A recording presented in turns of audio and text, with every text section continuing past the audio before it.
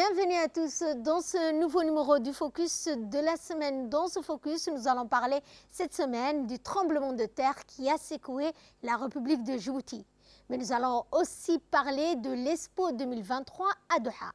Et nous entamons ce Focus par l'Expo 2023 à Doha, exposition auquel a pris part le chef de l'État Ismaël Omar Guelleh et qui a récemment ouvert ses portes. Qui ne se contente pas d'être une simple exposition agricole, c'est une déclaration audacieuse, une sonnette d'alarme retentissante qui rassemble des dirigeants du monde entier pour s'attaquer de front aux défis posés par le réchauffement climatique.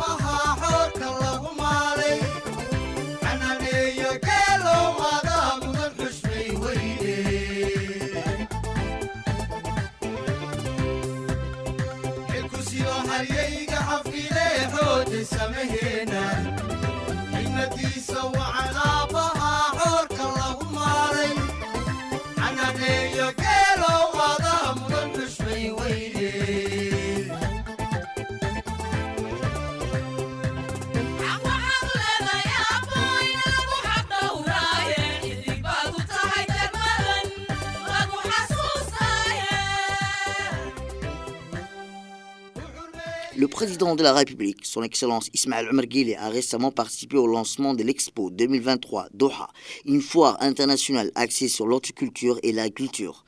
L'Expo 2023 Doha était bien plus qu'une simple exposition agricole. C'est une initiative ambitieuse qui vise à aborder la question du changement climatique sous différents angles. L'objectif principal était de trouver des solutions durables pour lutter contre les conséquences dévastatrices du réchauffement climatique, notamment la désertification, la pénurie d'eau et la réduction des terres cultivables. L'une des étapes marquantes de l'événement a été l'implantation symbolique d'arbustes par les dirigeants politiques présents. Cette action simple rappelle l'importance cruciale de la préservation de notre environnement et de la restauration de nos écosystèmes. L'Expo 2023 à Doha a rassemblé des délégations venues du monde entier, composées des techniciens, scientifiques, professionnels, d'opérateurs privés du secteur agricole. Cet événement est une occasion unique d'échanger des idées, de partage des connaissances, de trouver des solutions concrètes pour lutter contre les défis liés au changement climatique. Mais l'aspect le plus significatif de cet événement réside dans son appel à l'action. L'Expo 2023 à Doha n'est pas seulement contentée de dresser un état de lieu des risques environnementaux. Elle a exhorté la communauté internationale à s'engager activement dans la lutte pour la durabilité et à prendre des mesures concrètes pour réduire les émissions de gaz à effet de serre. Aujourd'hui, le changement climatique est une menace mondiale qui ne peut être ignorée. Il exige une mobilisation globale et une coopération internationale accrue. L'Expo 2023 à Doha offre une tribune importante pour plaider en faveur de la politique environnementale plus stricte et pour encourager les nations du monde entier à travailler ensemble pour préserver notre planète. Cette présence de haut niveau souligne l'engagement de Djibouti envers la protection de l'environnement et la lutte contre le changement climatique. L'Expo 2023 Doha est un appel puissant à l'urgence de l'action climatique et tous les participants sont appelés à jouer un rôle actif dans la préservation de notre planète pour les générations à futur.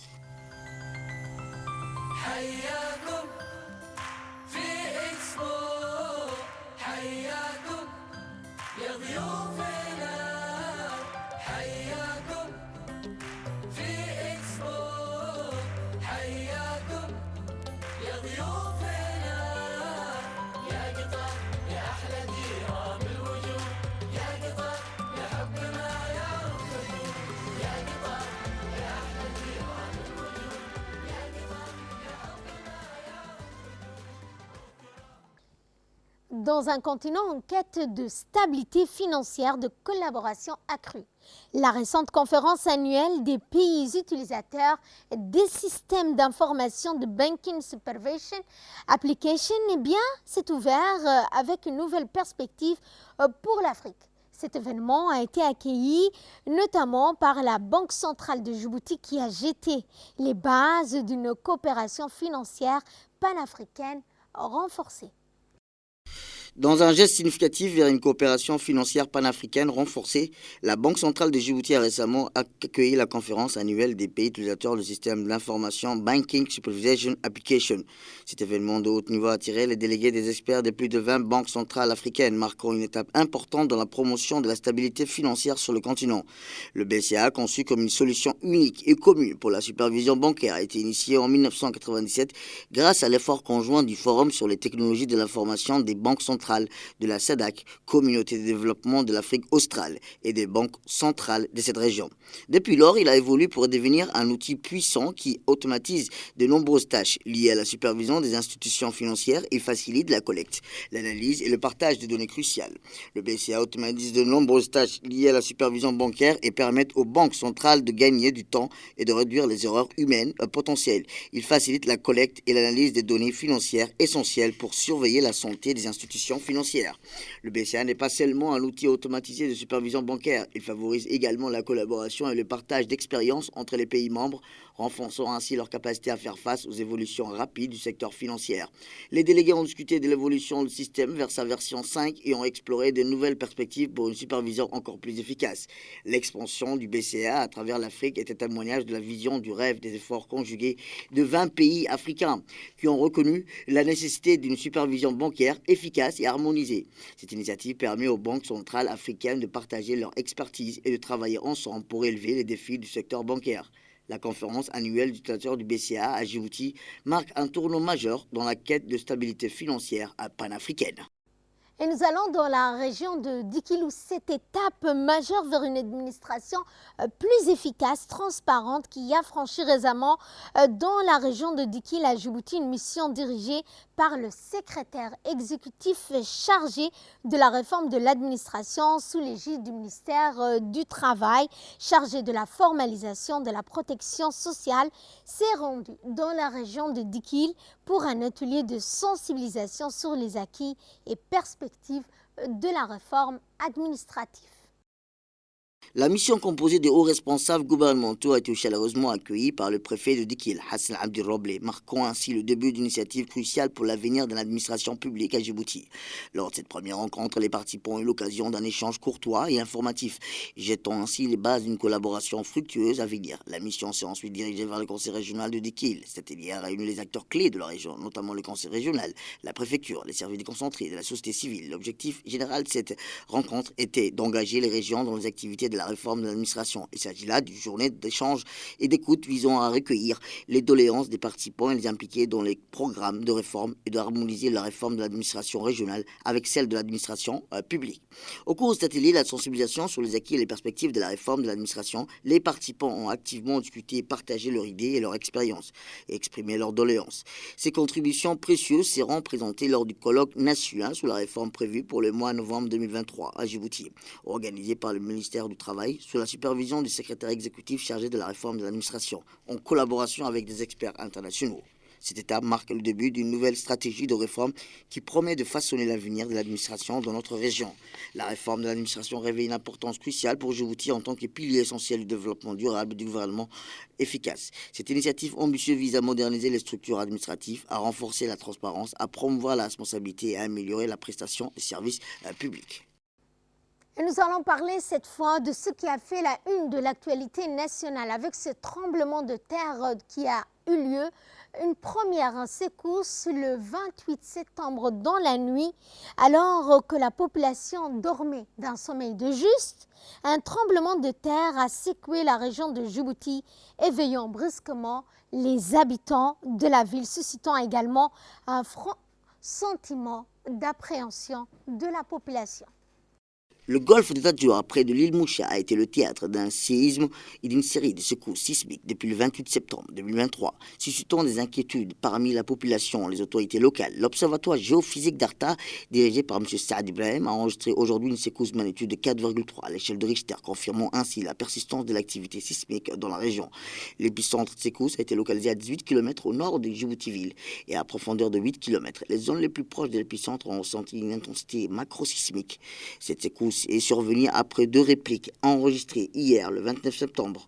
La première réplique avait une magnitude de 3,7 à 22h31, suivie d'une deuxième à 23h29 avec une magnitude de 4. Depuis le début de la crise, l'Observatoire géophysique d'Akhtar a enregistré au total 994 séismes, dont la majorité avaient des magnitudes inférieures à 3, mais certains ont atteint des magnitudes plus élevées. La plus grande réplique jusqu'à présent a été enregistrée le 28 septembre à 8h53 avec une magnitude de 5,2 à l'échelle de Richter. Les épicentres de ces séismes ont été localisés à l'extrémité sud-ouest de la fosse d'Obok avec des profondeurs variant de 5 à 11 km. Selon les experts en sismologie, cette crise sismique de type volcano-tectonique, ce qui signifie qu'elle est associée à des mouvements des plaques tectoniques dans la région. Heureusement, jusqu'à présent, aucune perte humaine ni matérielle n'a été signalée. Les autorités locales, en collaboration étroite avec les experts sismologiques, suivent de près la situation pour assurer la sécurité publique. En réponse à ce secousse sismique, le ministère de l'Éducation nationale et de la formation professionnelle a pris la décision de fermer tous les établissements scolaires, publics et privés, ainsi que les centres de formation professionnelle le dimanche 1er et le lundi 2 octobre, dans le but de garantir la sécurité des élèves et du personnel. Le président de l'université, Dr Jama Mohamed Hassan, a également annoncé la fermeture de l'université le dimanche en raison de la récurrence de séismes, priorisant ainsi la sécurité des étudiants. La population de Djibouti suit de près les informations fournies par l'Observatoire géophysique d'Akhtar et les autorités compétentes restent vigilants face à l'évolution de la situation sismique. En dépit de ces secousses, la stabilité a été maintenue et aucun incident majeur n'a été signalé jusqu'à présent. Il est essentiel que la population continue de suivre les consignes des autorités en cas de tremblement de terre ou d'autres événements sismiques en espérant que la situation se stabilise dans les prochains jours. Et ce phénomène naturel captivant qui a eu lieu à Djibouti. Un phénomène mystérieux et captivant s'est produit dans la mer, transformant les eaux de la région en un tableau naturel d'une beauté exceptionnelle. Des nuances du rouge au marron se sont propagées à perte de vue, teintant l'océan d'une couleur envoûtante. C'est un spectacle qui n'a pas été le fruit du hasard, ni une simple œuvre de la nature. Il a révélé le secret fascinant d'un écosystème marin extraordinaire où la vie se déploie dans une danse de couleurs et de formes. Dans la région s'étend de la côte somalienne jusqu'au golfe de Tadjoura, un phénomène naturel envoûtant et essentiel pour l'écosystème marin s'est déroulé.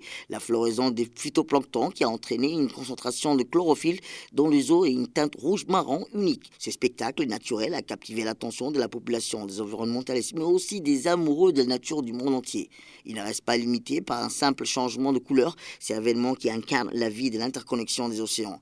Le phytoplancton constitue une micro-algue en suspension dans l'eau de mer, joue un rôle irremplaçable dans l'équilibre délicat de l'écosystème marin. Lorsqu'il prolifère, il peut colorer les eaux marins, teintés allant du rouge du marron, créant ce qu'on appelle le bloom phytoplanctonique. Dr Moussa Omar Youssouf, un éminent scientifique, a expliqué que cette phytoplancton est directement liée à la concentration de chlorophylle dans le phytoplancton lorsque ce micro-organisme se multiplie, a-t-il déclaré. Il absorbe la lumière solaire et réfléchit diverses longueurs d'onde, donnant ainsi cette couleur caractéristique à l'eau. Outre son aspect esthétique, ce phénomène d'importantes implications écologiques, la floraison phytoplancton crée un bouleversement dans la chaîne alimentaire marine, offrant une abondance de nourriture et de nombreuses espèces marines. Cependant, un bloom excessif peut également entraîner des problèmes environnementaux tels qu'une diminution de l'oxygène dissous dans l'eau, pouvant mettre en péril la biodiversité marine. Ce balai naturel de couleurs dans les eaux de la Corne d'Afrique rappelle la fragilité de nos écosystèmes marins à l'importance cruciale de la protéger. Les océans jouent un rôle vital dans la régulation du climat mondial et abritent une multitude de réformes de vie. En prenant conscience des valeurs de ces ressources marines et en prenant des mesures pour les préserver, nous contribuons à préserver la santé de notre planète dans son ensemble. En sport, nous allons parler du parcours d'Arta Solar 7, dont le champion djiboutien est l'histoire d'une détermination inébranlable. L'équipe a parcouru un chemin impressionnant pour devenir un acteur de premier plan dans le paysage sportif djiboutien. La suite dans ce commentaire.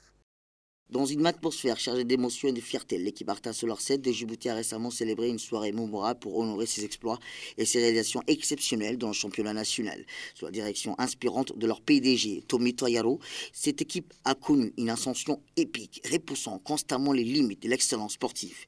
Sous la houlette du PDG, Tommy Toyaro a su transcender les obstacles avec une résilience inégalée. Ils ont démontré à maintes reprises leur capacité à surmonter l'adversité et élever leur niveau de jeu.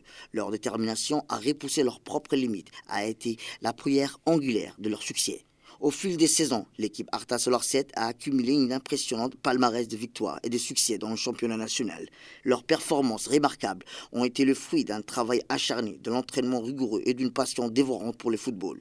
Ils ont non seulement remporté des titres, mais ont également gagné le respect et l'admiration de leurs pairs et leurs supporters. Cette soirée de gala organisée par Tommy Toyaro était un hommage bien mérité à cette équipe extraordinaire.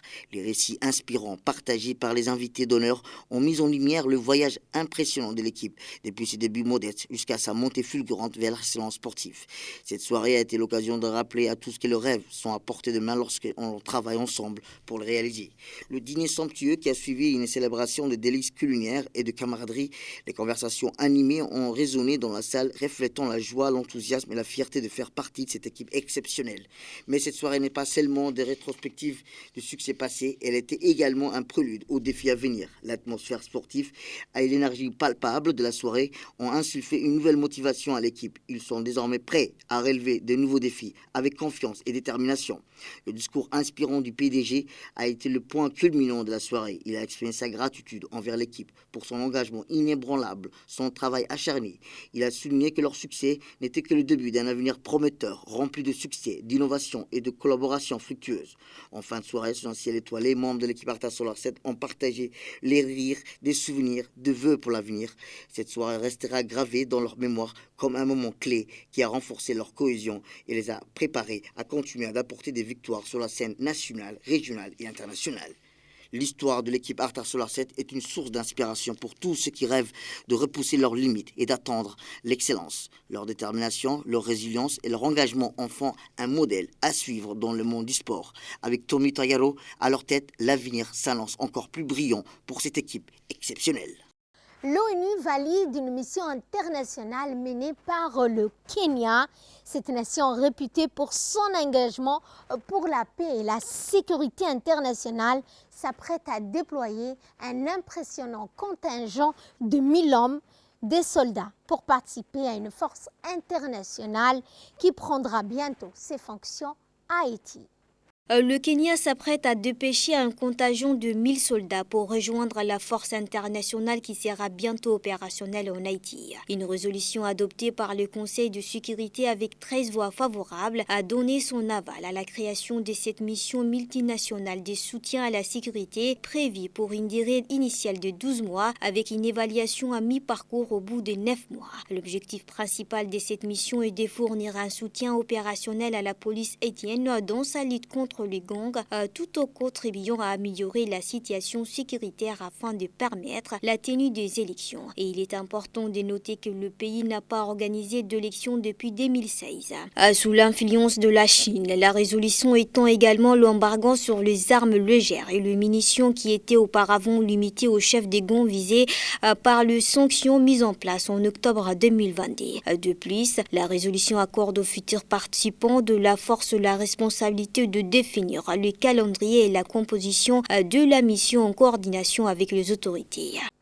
Et à la suite des inondations qui se sont produites en Libye, un appel à la reconstruction transparente et unifiée à Derna. La suite dans ce commentaire. Les inquiétudes au niveau international se sont intensifiées suite aux inondations dévastatrices dans l'est de la Libye qui ont engendré un projet de reconstruction de la ville de Derna et de ses environs. L'ONU en Libye a exhorté les autorités libyennes et la communauté internationale à collaborer pour établir un mécanisme national libyen unifié garantissant la transparence et un contrôle adéquat dans le processus de reconstruction. Le chef de la mission de l'ONU a demandé une évaluation crédible, objectif et indépendant de dégâts et des besoins, ainsi que de mécanismes transparents dans l'attribution des contrats et de marchés publics liés à la reconstruction. Initialement prévue pour le 10 octobre, la conférence internationale pour la reconstruction de Derna organisée par le gouvernement de l'Est du pays a été reportée en début novembre. Et ce gouvernement a déjà effectué une évaluation de dommages prévus pour les victimes. Et de son côté, le gouvernement de l'Ouest a annoncé une enveloppe d'environ 18 millions de dollars pour la réparation des écoles endommagées par les inondations. Et pour clore ce focus, nous allons parler de cette révolution énergétique au Maroc. Le Maroc, pionnier de l'hydrogène vert en Afrique du Nord, se positionne en tant qu'acteur majeur de l'hydrogène vert, captivant ainsi son leadership dans la région pour un monde et une énergie renouvelable de plus en plus verte dans un monde où le réchauffement climatique est devenu le centre de toutes les préoccupations. Le Maroc vise à devenir le leader de l'hydrogène vert au Maghreb, en réservant environ 1,5 million d'hectares pour 8 sites de production d'hydrogène et d'ammoniac vert. Des investisseurs internationaux, notamment australiens, indiens, allemands, français et britanniques, montrent un intérêt croissant pour le secteur. Le pays s'appuie sur son expérience dans les énergies propres qui fournissent actuellement 38% de son électricité, avec une ambition de porter ces chiffres à 52% d'ici 2030.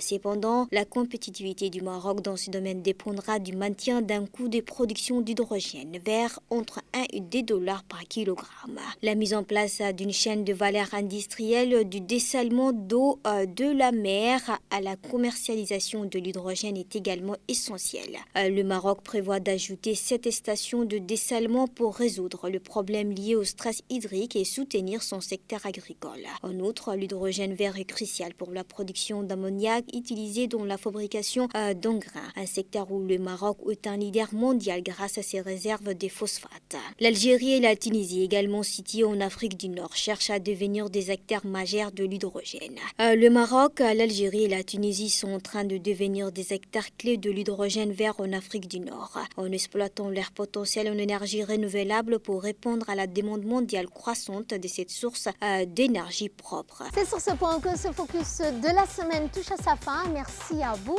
de l'avoir suivi.